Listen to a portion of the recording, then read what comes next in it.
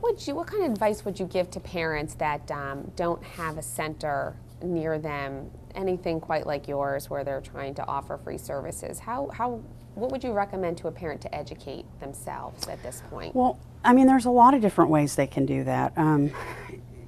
I will tell you that I think such a huge part of my education came from the internet and other parents.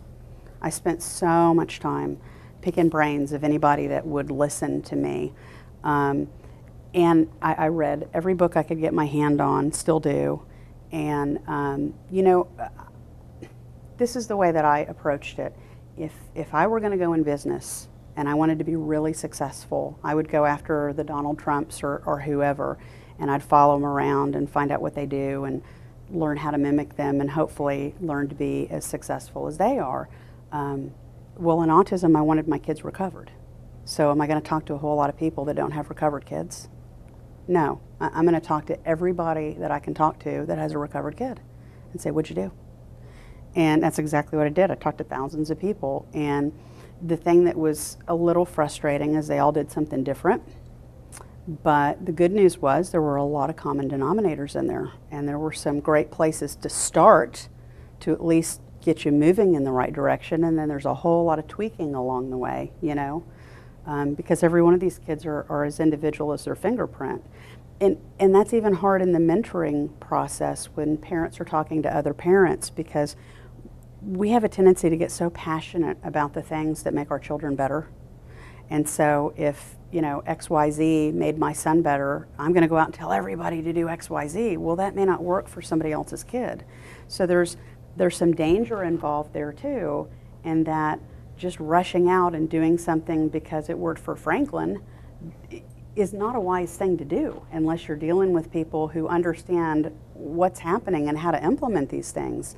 So it's doing a lot of research, doing your homework. And that's something I think is hard for parents to do because they're so incredibly overwhelmed. And looking at this whole broad spectrum of what to do and how to handle it is ridiculously overwhelming. And I think it puts a lot of us in shutdown. But we have to get past that and do the research to figure out where to go with our kids.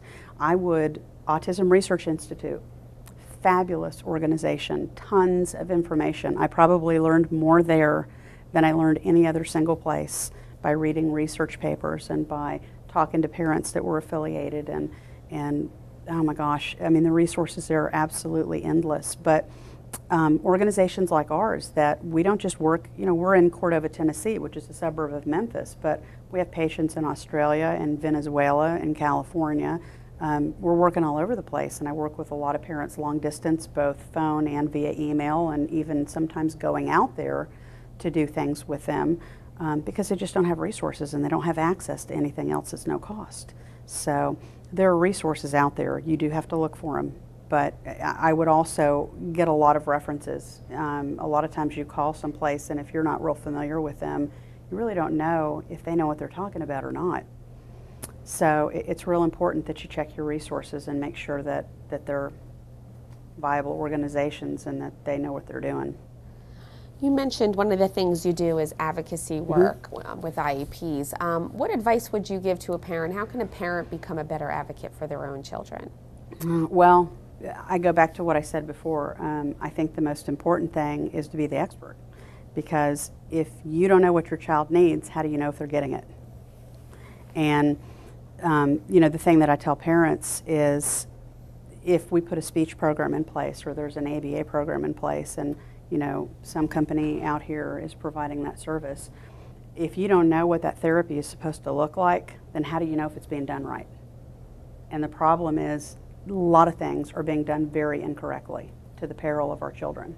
So it's critical that that they educate themselves and they learn everything they can about every aspect of therapy and service integration that needs to be provided for their kids, so that they're not specifically necessarily doing the therapies, but they can stand back and watch those and go, hey, this is going awry. There's something not happening here, or something's off kilter and we need to address it.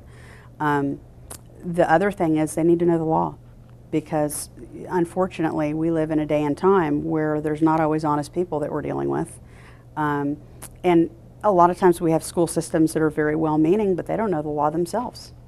And if parents don't recognize what the laws are and what their rights are, their kids are paying the price for that.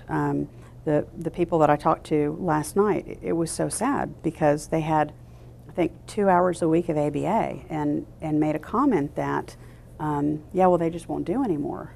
And I thought, gosh, this has nothing to do with whether or not they will or won't do. There's a federal mandate out there.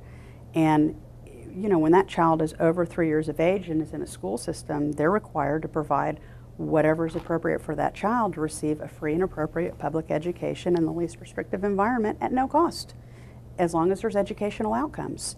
And you can't tell me that a nonverbal child that has absolutely no language, that is in a classroom with 13 to 14 children, one teacher and one aide. Many of the other kids in that environment are cerebral palsy quadriplegic. Where's the aide going? Right. You know? So here's our kids left in the corner staring out the window. How much education is going on there? So it's knowing what your child needs. I think evaluating is huge. One of the first things that I tell parents to do is to do an ABLES evaluation. I love ABLES.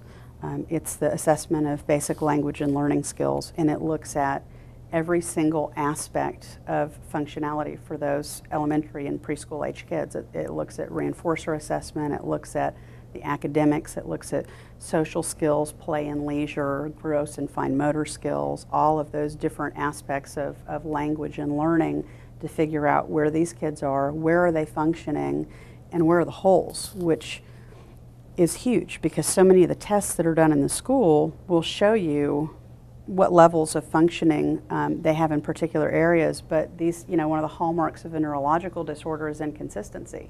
So you test them on a good day, they look great.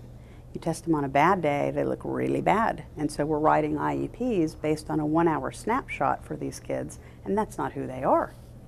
So, and we look at skills, you know, colors or shapes or whatever, and we test them and they know particular aspects of that skill, but that doesn't mean they've mastered the skill. There's other components to a skill that don't always get looked at. And so when we look at ABLES and we look at the scoring sections and we look at the skill sets that these kids do have, they've got tons of splinter skills. They have bits and pieces of skills, but they don't have the whole concept under wraps. And you know, that goes by the wayside a lot in kindergarten, first and second grade, and you get to third grade and you don't have a good foundation, your building's coming down. And I see it happen time and time and time and time again, that these kids get to third grade and their whole building collapses because they don't have a solid educational foundation. And you can't build on something, you know, you can't build on Swiss cheese. If you don't have a solid structure, the whole thing's going to come down as you add more layers to it.